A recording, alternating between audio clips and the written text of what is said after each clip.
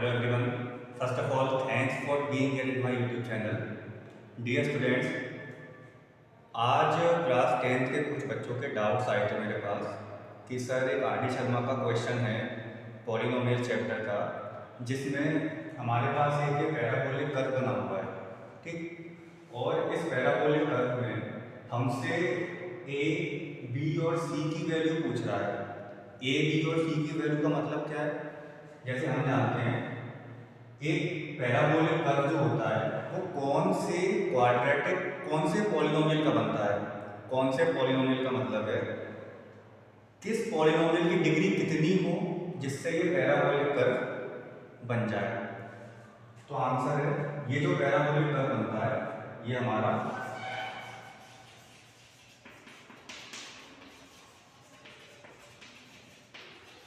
एक quadratic polynomial के लिए बनता है, ठीक है। और उस क्वाड्रेटिक पॉलिनोमियल की जनरल फॉर्म क्या होती है? तो आंसर है px equal to ax square plus bx plus c where a is not equal to 0।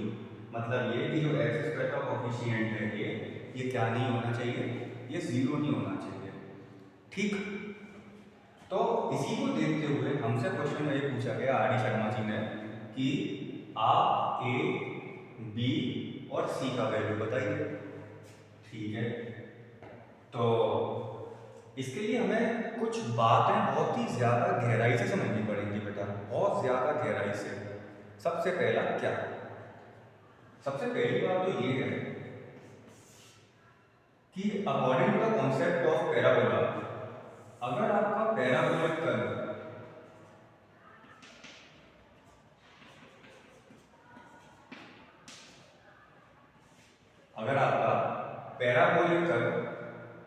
Open upward बनता है, इस टाइप का बनता है, इस टाइप के पैराबोलिक कर्व को मैं क्या बोलता हूँ? Open upward.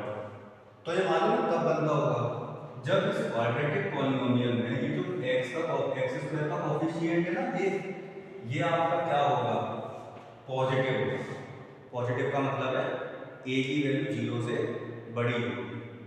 इसी तरीके से अगर आपका पैराबोलिक कर्व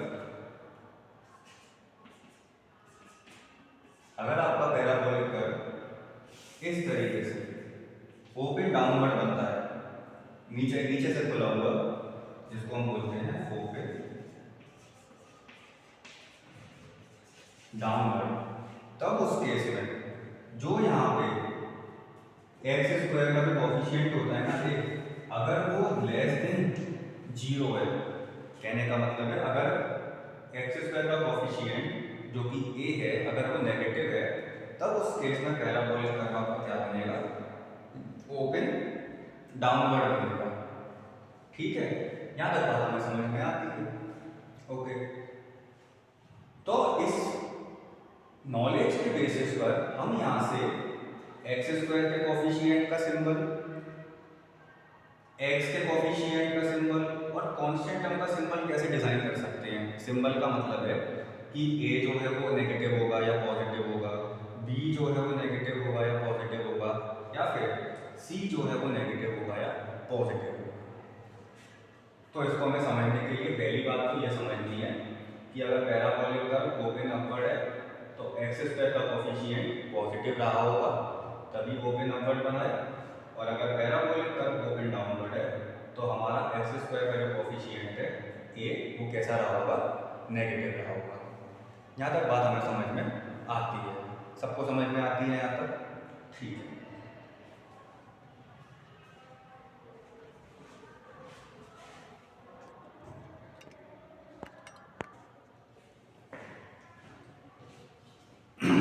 ओके, तो अब इस जैसे मेरे पास एक सिंपल सा एग्जांपल है, ये वाला एक कार्टेशियन सिस्टम में एक पैराबोलिक कर्व बना है और हमें इसमें ए, बी, सी का वैल्यू पता करना है।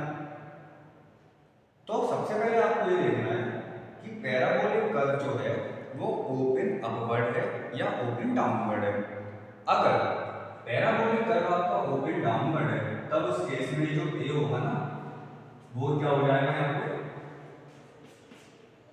वो हो जाएगा 0 से छोटा विच इज लेस देन 0। तो ए का तो मुझे पता चल गया इस वाले डायग्राम में कि ये पैराबोलिक कर्व जो है वो क्या है हमारा ओपन डाउनवर्ड है। तब उस केस में ए जो होगा वो क्या होगा, ए का नेचर जो होगा वो होगा लेस देन 0। कोई दिक्कत यहाँ तक? सिर्फ हमने शेड के बेसिस पे बताया है ए का सिंबल, ठीक है। अब आ जाओ डायरेक्ट जंप लगाओ सी पे। सी का मतलब हो गया एक कांस्टेंट वैल्यू। कांस्टेंट वैल्यू का सिंबल पता करने के लिए सिंबल का मतलब हो गया कि कांस्टेंट वैल्यू बोले तो सी पॉजिटिव होगी या नेगेटिव होगी। वो पता करने के लिए हमें ये देखना है कि ये पैराबोलिक कर्व जो है वो वाई एक्सिस को, सुनना ध्यान से, ये पैराबोलिक कर्व वाई एक्सिस को किस डायरेक्शन में कट कर रहा है। किस डायरेक्शन में कट करने का मतलब है कि ये पैराबोलिक कर्व वाई एक्सिस को पॉजिटिव डायरेक्शन में इंटरसेक्ट कर रहा है या नेगेटिव डायरेक्शन में इंटरसेक्ट कर रहा है। ऑरिजिन से अपवर्ड डायरेक्शन में सारी वैल्यू पॉजिटिव होती है और ऑरिजिन से डाउनवर्ड डायरेक्शन में सारी वैल्यू नेगेटिव होती है। तो हमें ये देखना है ये पैराबोलिक कर्व इस वाई एक्सिस को पॉजिटिव डायरेक्शन में कट कर रहा है या नेगेटिव में। तो यहाँ पे आंसर है कि ये पैराबोलिक कर्व इस वाई एक्सिस को किस डायरेक्शन में कट कर रहा है, पॉजिटिव डायरेक्शन में। तो यहाँ से मुझे सी का सिस्टम पता चला कि अगर ये पैराबोलिक कर्व इस वाई एक्सिस को पॉजिटिव डायरेक्शन में कट कर रहा है तो सी जो होगा वो क्या होगा, पॉजिटिव। ये होता है सी का नेचर पता करने का तरीका। पूरी क्लास में किसी को कोई दिक्कत है यहाँ तक? ए का सिंबल पता करने में और सी का सिंबल पता करने में आप लोगों को नहीं होनी चाहिए। अगर हो तो वीडियो को आप आराम से रिवाइंड करके भी देख सकते हैं। अब सबसे इम्पोर्टेंट है बी का सिंबल निकालना। हमने सी का निकाल दिया, हमने ए का निकाल दिया, अब हमें निकालना है बी का। अब देखो प्यारे बच्चों, बी के सिंबल के लिए हम लोगों को एक इनइक्वालिटी का रूल समझना पड़ेगा। इनइक्वालिटी का रूल क्या है सर? ध्यान से देखना।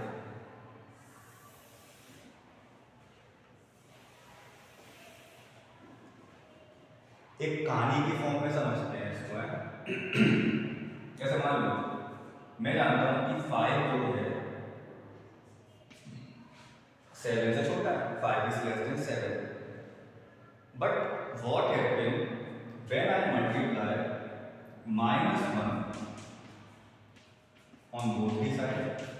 अगर मैं -1 का मल्टीप्लाई दोनों तरफ कर दूं तो क्या अभी भी इसका साइन लेस देन रहेगा? बताओ।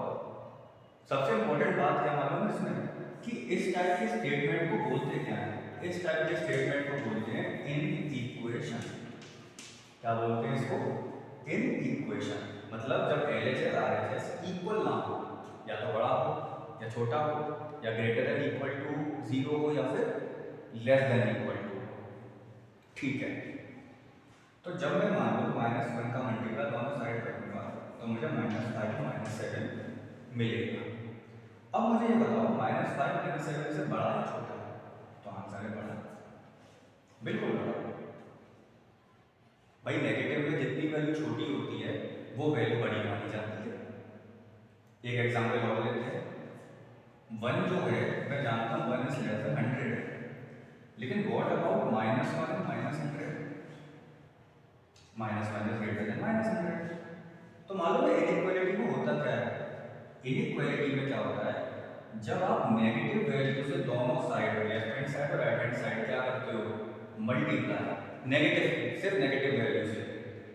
इन that case the sign of inequality interchange. उस केस में इनइक्वालिटी का साइन क्या हो जाता है, इंटरचेंज हो जाता है, ठीक। ये मल्टीप्लाई के केस में होता है।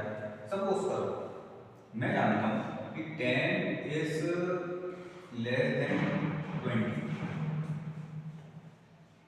फैक्टर 10 जो है वो 20 से छोटा है। क्या होगा अगर मैं टेन को डिवाइड कर दूँ -2 से और इसको भी डिवाइड कर दूँ -2 से, कर सकते हैं, हमारी इच्छा है, बराबर कर रहे हैं सब, क्यों भाई, कर सकते हैं ना। तो हमें आंसर मिलेगा -5, यहाँ आंसर मिलेगा -10। Now tell me one thing, -5 is greater than -10 or less than -10? Exactly, greater than -10. Very good. हमारे बच्चे ने ये बताया कि सर अगर जैसे आप आप कह सकते हो नेगेटिव वैल्यू से जब आप दोनों साइड मल्टीप्लाई करते हो तो साइन इंटरचेंज होता है। ठीक इसी तरीके से जब आप नेगेटिव वैल्यू से दोनों साइड डिवाइड करते हो तब भी उस केस में क्या होता है, साइन इंटरचेंज होता है। बात समझना है वाली ना। फिर से जब आप नेगेटिव वैल्यू से दोनों साइड मल्टीप्लाई करते हो तो इनइक्वालिटी का साइन क्या होता है, इंटरचेंज होता है। ठीक इसी तरीके से जब आप नेगेटिव वैल्यू से दोनों साइड डिवाइड करते हो तब भी उस केस में क्या होता है, साइन इंटरचेंज होता है।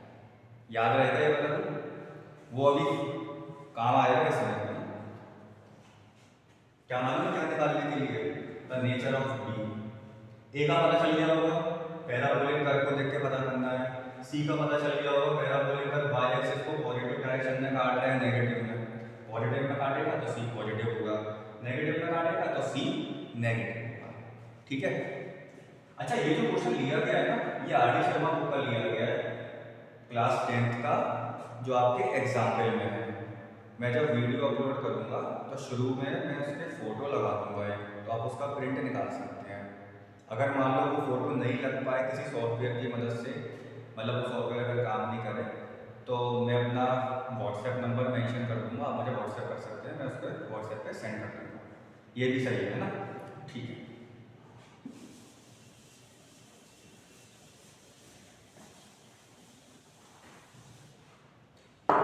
एक बात इसमें याद करनी पड़ेगी।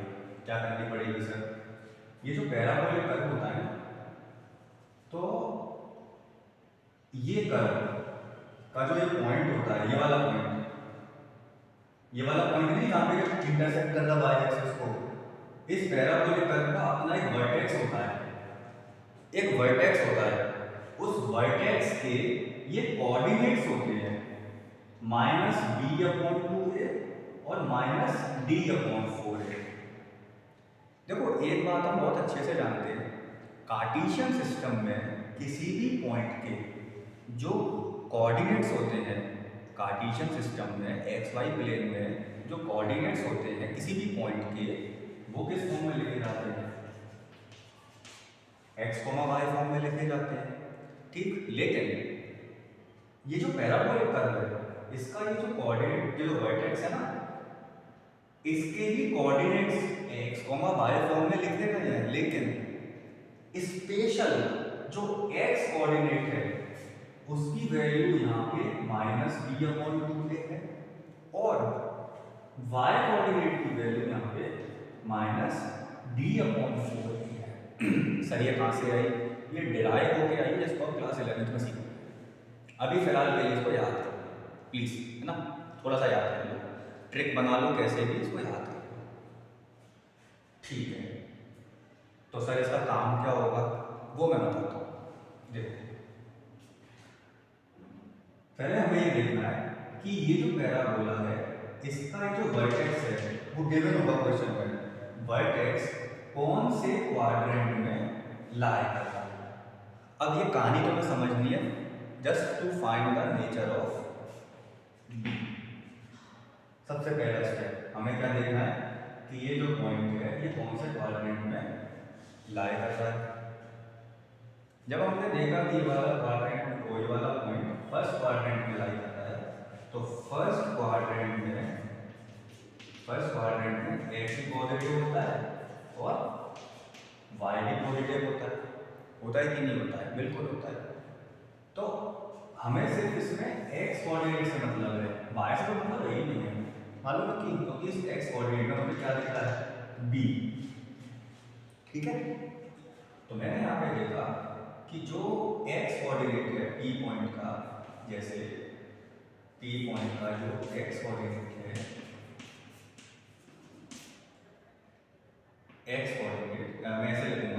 it lies in the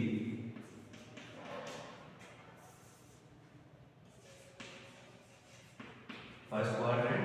इसका मतलब ये हो फर्स्ट क्वाड्रेंट में x पॉजिटिव होता है और x कोऑर्डिनेट क्या है यहाँ पे माइनस का b/2 है, तो ये भी पॉजिटिव होगा। ठीक है, फिर से जो वर्टेक्स ऑफ पैराबोला होता है उसके कोऑर्डिनेट्स आपके ये होते हैं, जिसमें ये वाला पहला वैल्यू x कोऑर्डिनेट को बताता है और दूसरा वैल्यू y कोऑर्डिनेट को बताता है। ठीक है, ठीक है, यहाँ तक कोई दिक्कत? पहला स्टेप क्लियर। Step number 2। अब ये जो माइनस है ना, हाँ ये बात फैक्ट है, ये माइनस जो है वो ये भी हो सकता है, ये भी हो सकता है, लेकिन हमने फ्रैक्शन में एक चीज सीखी है कि अगर मान लो मेरे पास कोई एक रैशनल नंबर या फ्रैक्शन दे रखा है a/b, हालांकि रैशनल नंबर और फ्रैक्शन में डिफरेंस है ना। अगर मैं माइनस यहाँ लगाऊँ तो इसका मतलब ये नहीं होगा कि ये नेगेटिव होगा। माइनस अगर यहाँ लगा होगा तो उसका सेंस ये है कि पूरा रैशनल नंबर जो है वो नेगेटिव है। ठीक है, ये हमने क्लास 8 में सीखा है फर्स्ट चैप्टर में। ओके, तो हम सबसे पहले क्या करेंगे, इस पूरे रैशनल नंबर में से माइनस साइन को हटाएंगे। अब वो माइनस साइन का बच सकता है जब मैं दोनों साइड से मल्टीप्लाई करूंगा, माइनस, तो माइनस इंटू माइनस हो गया प्लस। अब यहाँ पे इनइक्वालिटी का रूल लगेगा तो इसका साइन क्या होगा, वो इंटरचेंज होगा। यही हमने सीखा था शुरू वाली कहानी में। ठीक है, तो स्टेप नंबर 2 क्या हुआ? पहला स्टेप नंबर 1 मैंने देखा कि ये पॉइंट कौन से क्वाड्रेंट में लाई करता है, फर्स्ट में। अगर फर्स्ट में करना है तो x coordinate positive. Step number 2 में क्या सीखा, यहाँ पे जो माइनस लगा है उस माइनस साइन को मुझे उड़ाना है, हटाना है। ठीक है, तो माइनस साइन अगर हटाओगे तो भैया, तो अगर तुम नेगेटिव वैल्यू से मल्टीप्लाई करते हो तो यहाँ पे साइन क्या होगा, इंटरचेंज होगा। कोई दिक्कत यहाँ तक? तो मुझे फाइनल वैल्यू जो मिली यहाँ से वो मिली b/2 के इज लेस देन g। कोई दिक्कत यहाँ तक? अब स्टेप नंबर 3 बहुत ही ज़्यादा इंपॉर्टेंट स्टेप है, तो बहुत ध्यान से उसको समझना। अब प्यारे बच्चों मुझे ये बताओ, इस वाले रैशनल नंबर में जो सेंस हमें समझ में आ रहा है वो क्या समझ में आ रहा है? सेंस का मतलब है कि इसकी वैल्यू 0 से छोटी है या 0 से बड़ी है। तो आंसर है इसका वैल्यू जो है वो 0 से छोटा है। इसका मतलब है अपने आप में एक नेगेटिव नंबर है। इसका समझ में नहीं आया? अगर मैं आपके सामने लिखता हूँ a इज लेस देन 0, तो a इज लेस देन 0 का सेंस क्या है कि a जो होगा वो नेगेटिव होगा कि नहीं होगा?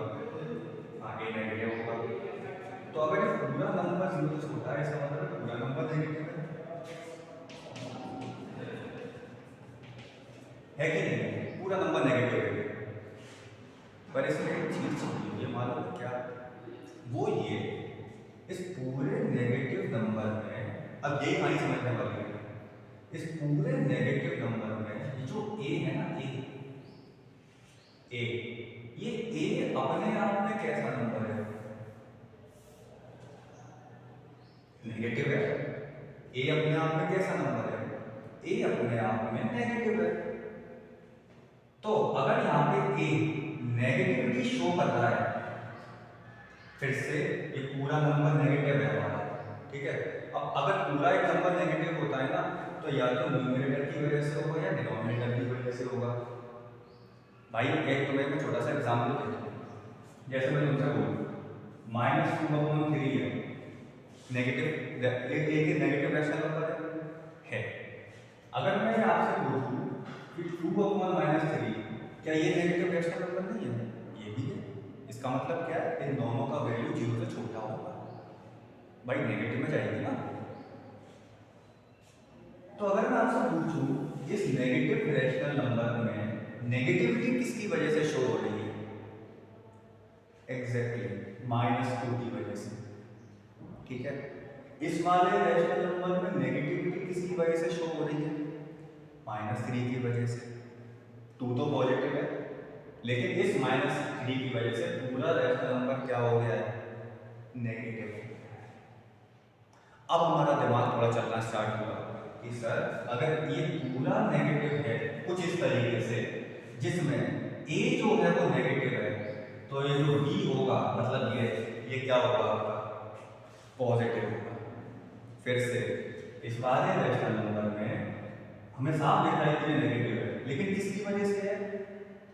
-2 की वजह से। तो दूसरा वाला पॉजिटिव हो गया, होगा ही होगा। इस वाले रैशनल नंबर में जो डिनोमिनेटर है वो नेगेटिव है, तो पॉजिटिव कौन होगा?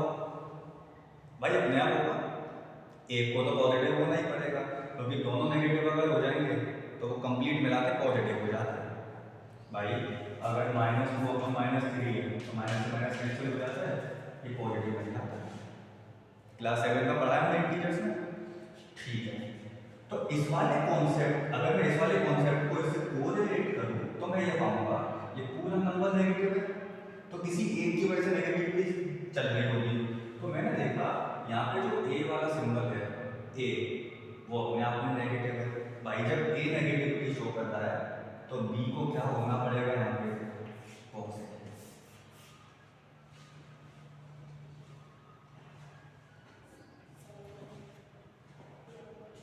तो आप मुझसे ये बोलोगे कि सर ए का सिंबल बताना आसान है, बी का सिंबल नेचर बताना आसान है, सी का नेचर बताना आसान है, लेकिन बी के लिए हमें काफ़ी चीज़ों को यहाँ पे सीखना पड़ेगा और सीखना बहुत ज़रूरी है। है इंटरेस्टिंग, लेकिन कुछ चीज़ें आपस में एक दूसरे से कनेक्टेड है, वो कनेक्टिविटीज पकड़नी है बस इसकी।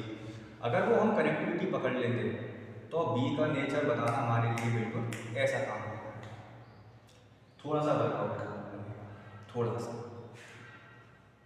तो एक बार मैं ये कहूँगा कि आप सब बच्चे आर डी शर्मा का जो चैप्टर नंबर 2 है पॉलिनोमियल्स, उसके एग्जाम्पल्स के वाले क्वेश्चन अटेम्प्ट कीजिएगा। अगर वीडियो में वो फोटो मुझसे अपलोड हो जाता है एंड डेट इज गुड, अगर नहीं हो पाता है तो आप मुझे व्हाट्सएप कर देना, मैं आपको उस पर फोटो प्रोवाइड कर दूँगा। ठीक है, तो I hope you all will enjoy this lecture. आप सब ने तो कर लिया है। What about my YouTube students? Okay, I hope you all are enjoying this lecture, and if you seriously enjoy this lecture, kindly share it to your friends. आप अपने दोस्तों को भी भेजिए बेटा, क्योंकि ये क्वेश्चन अपने आप में बहुत ही कॉम्प्लिकेटेड क्वेश्चन है और मैंने कोशिश ये करी इसको बिल्कुल आसान बनाने की। ठीक है, तो all the very best everyone. आपके बोर्ड एग्जामिनेशन 15 से स्टार्ट है, एंड अगर आपको कोई भी डाउट फील हो, if you feel any doubt in any question, then kindly WhatsApp me. I will definitely clear your doubts. All the best everyone. Have a good day.